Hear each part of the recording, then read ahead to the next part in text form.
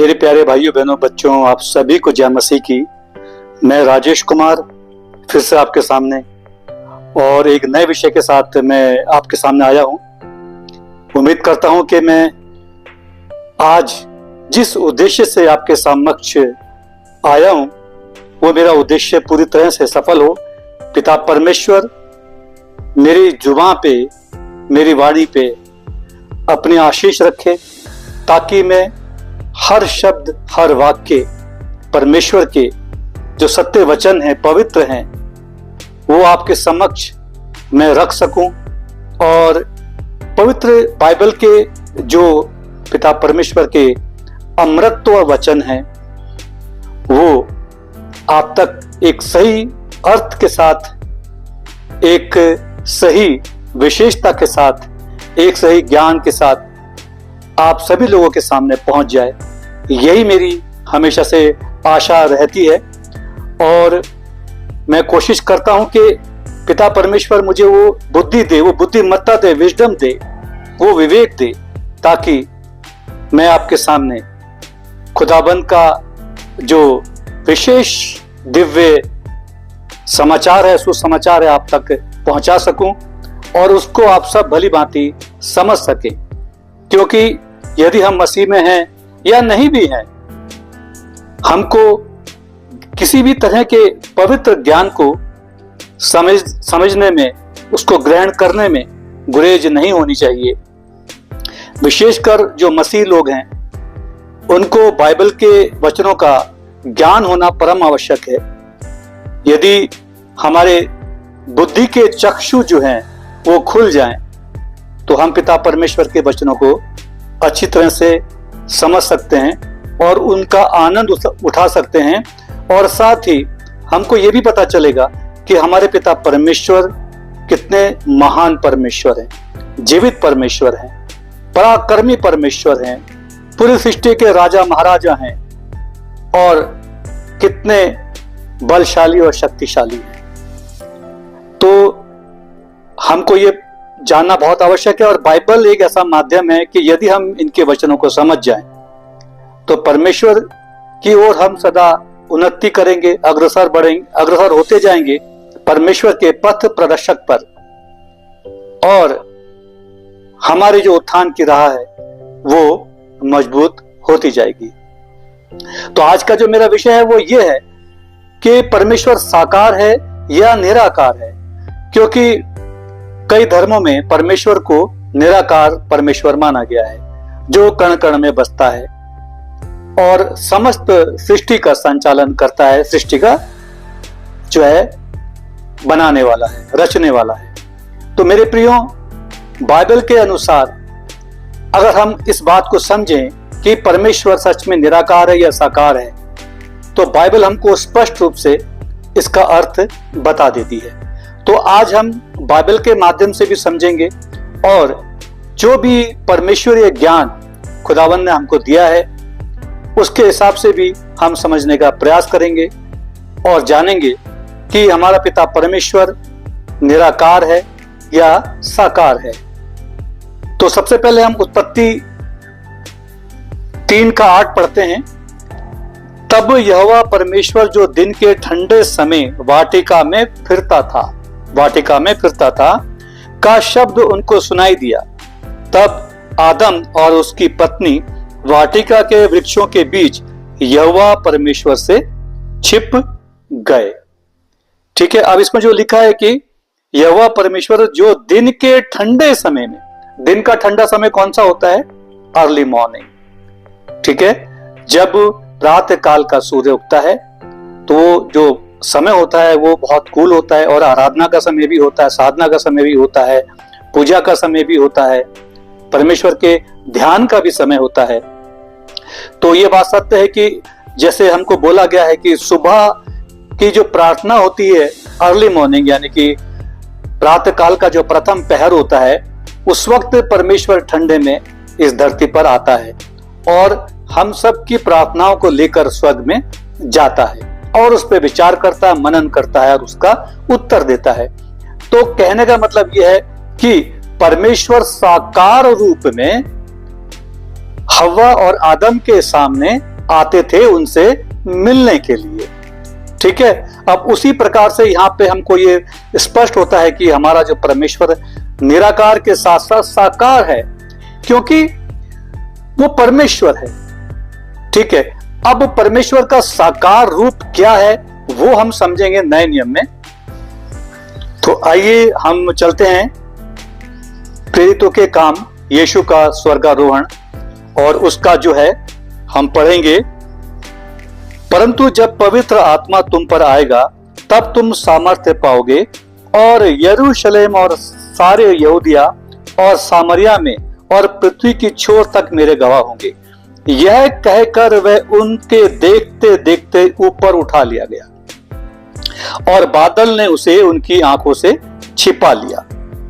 उसके जाते समय जब वे आकाश की ओर ताक रहे थे तो देखो दो पुरुष श्वेत वस्त्र पहने हुए उनके पास आ खड़े हुए और उनसे कहा, हे गलीली पुरुषों, तुम क्यों खड़े आकाश की ओर देख रहे हो? यही यीशु जो तुम्हारे पास से स्वर्ग पर उठा लिया गया है, जिस रीति से तुमने उसे स्वर्ग को जाते देखा है उसी रीति से वह फिर आएगा। उसी रीति से वो फिर आएगा। अब इससे आप लोग समझ सकते हो कि हमारा परमेश्वर जो है वो निराकार है या साकार परमेश्वर है। प्रभु यीशु तीसरे दिन जी उठे, और जब खुदावंत तीसरे दिन जी उठे तो उनकी देह पूर्ण रूप से स्वस्थ देह थी। उनके तमाम प्रकार के जो घाव उनके शरीर पर दिए थे वो पूरी तरह से बिल्कुल ठीक हो चुके थे और केवल उनके निशान उनके शरीर में थे। अब हम ये समझ सकते हैं कि खुदावन यीशु मसीह परमेश्वर हैं, स्वयं यहोवा परमेश्वर हैं, और वो तीसरे दिन जीवित हो उठे और भले चंगे होके कब्र से बाहर आ गए और 40 दिन तक इस धरती पर भी रहे और अपना वो सभी कार्य उन्होंने किया जो वो करते आए हैं।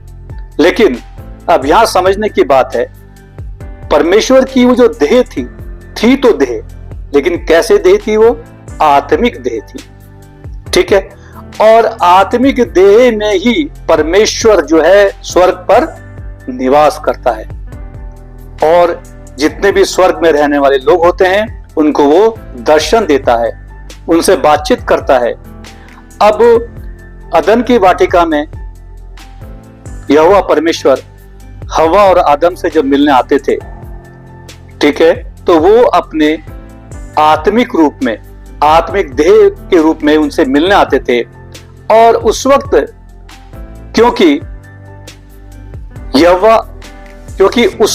हवा और आदम शापित हो चुके थे शैतान के द्वारा दिए गए फल खाने से, तब भी परमेश्वर ने उनको दर्शन दिए, उनसे बातचीत करी, और उस फल के खाने के बाद इस संसार की व्यवस्था को स्थापित किया, एक नई व्यवस्था को स्थापित किया जो पूर्ण रूप से पाप से ग्रसित थी, जो आज तक चला आ रहा है।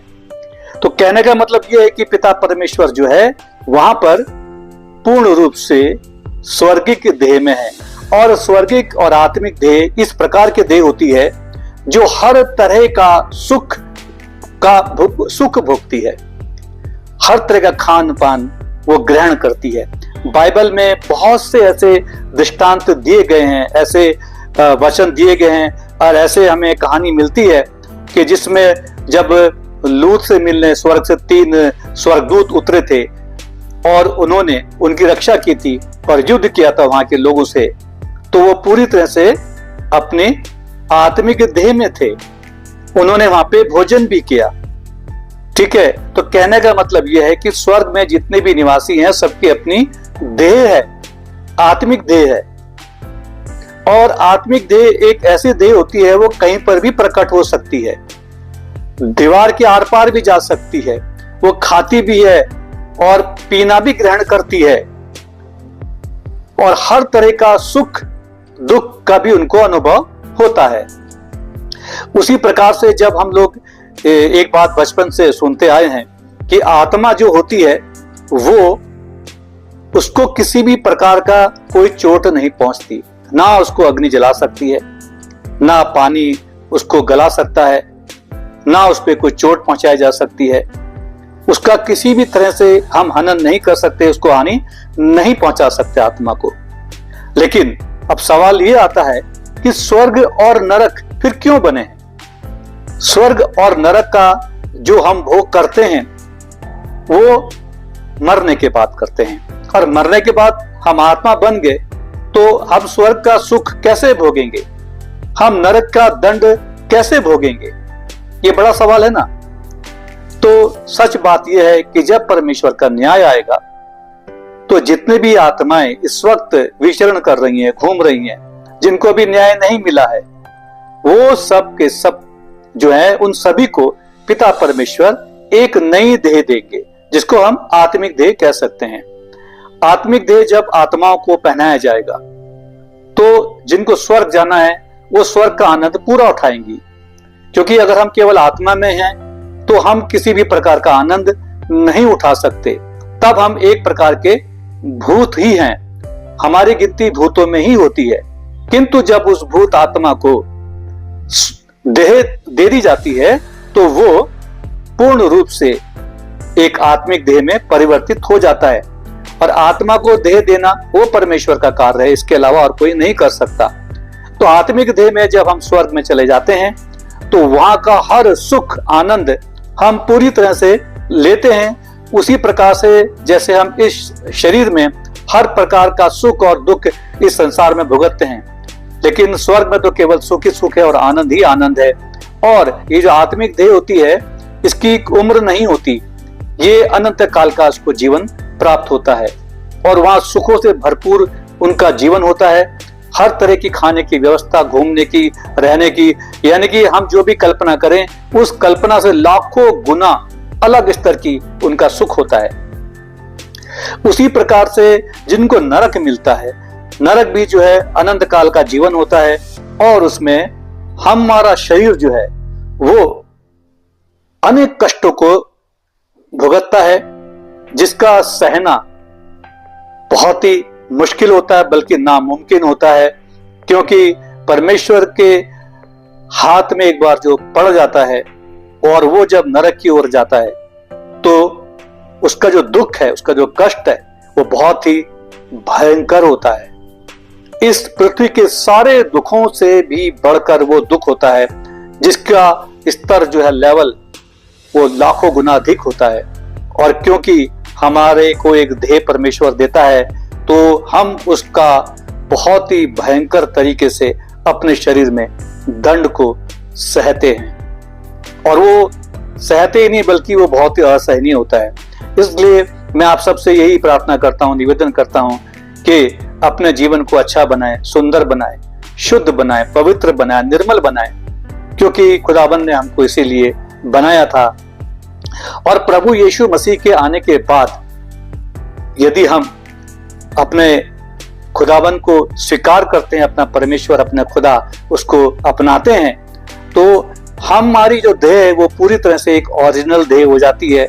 उसी प्रकार से जिस प्रकार से परमेश्वर यहोवा ने आदम और हव्वा को बनाया था, उस फल को खाने से पहले जो उनकी देह थी वो पूरी तरह से शुद्ध थी, जिन्हें किसी भी प्रकार का कोई ज्ञान नहीं था, वो पूरी तरह से नग्न अवस्था में थे, उसका भी उनको कोई बोध नहीं था, वो पूरी तरह से अबोध थे।